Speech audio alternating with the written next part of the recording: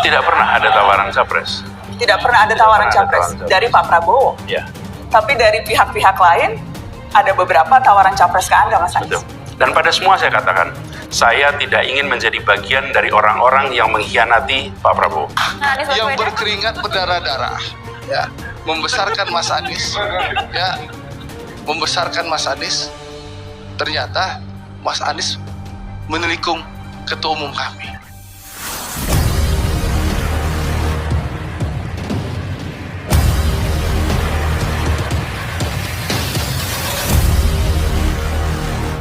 Pak Prabowo, I will not intercept on your candidacy. Saya tidak akan memotong proses pencalonan Pak Prabowo dan proses kampanye Pak Prabowo.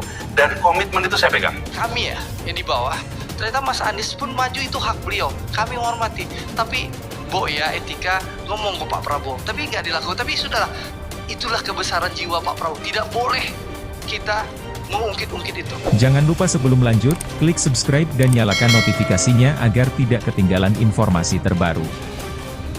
Politisi Partai Gerindra Andre Rosiade mengungkapkan bahwa banyak kader Partai Gerindra yang merasa kecewa dengan Anies Baswedan karena merasa Anies telah menikung Ketua Umum Partai Gerindra Prabowo Subianto. Begini, sebenarnya yang sering dizolimi itu Pak Prabowo. Waduh. Memang dalam 2 tahun terakhir ini, wabil khusus saya di Sumatera Barat, di grup-grup WA, di grup-grup Facebook itu narasi mencaci-caci Pak Prabowo itu luar biasa.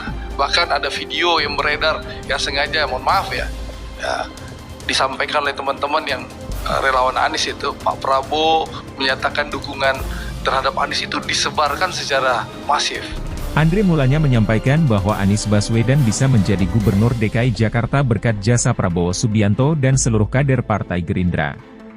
Namun pada saat kini Anies tengah diusung sebagai capres yang berpotensi menjadi rival Prabowo, kader Gerindra dilarang untuk mencaci Anies. Andre mengatakan, Prabowo sebagai ketua umum mengingatkan agar pemilu 2024 dijadikan pemilu yang riang dan gembira.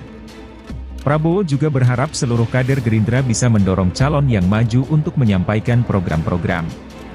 Kita tidak usah mencaci memaki atau mengungkit-ungkit, itu perintah Pak Prabowo, kata Andre.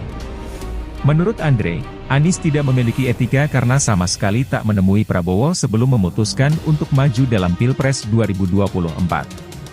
Padahal menurut Andre, Anies bisa jadi Gubernur DKI karena jasa dari Prabowo Subianto. Kami ya, yang di bawah, ternyata Mas Anies pun maju, itu hak beliau. Kami menghormati. Tapi, ya etika ngomong ke Pak Prabowo. Tapi nggak dilakukan. Tapi sudahlah, itulah kebesaran jiwa Pak Prabowo. Tidak boleh kita mengungkit-ungkit.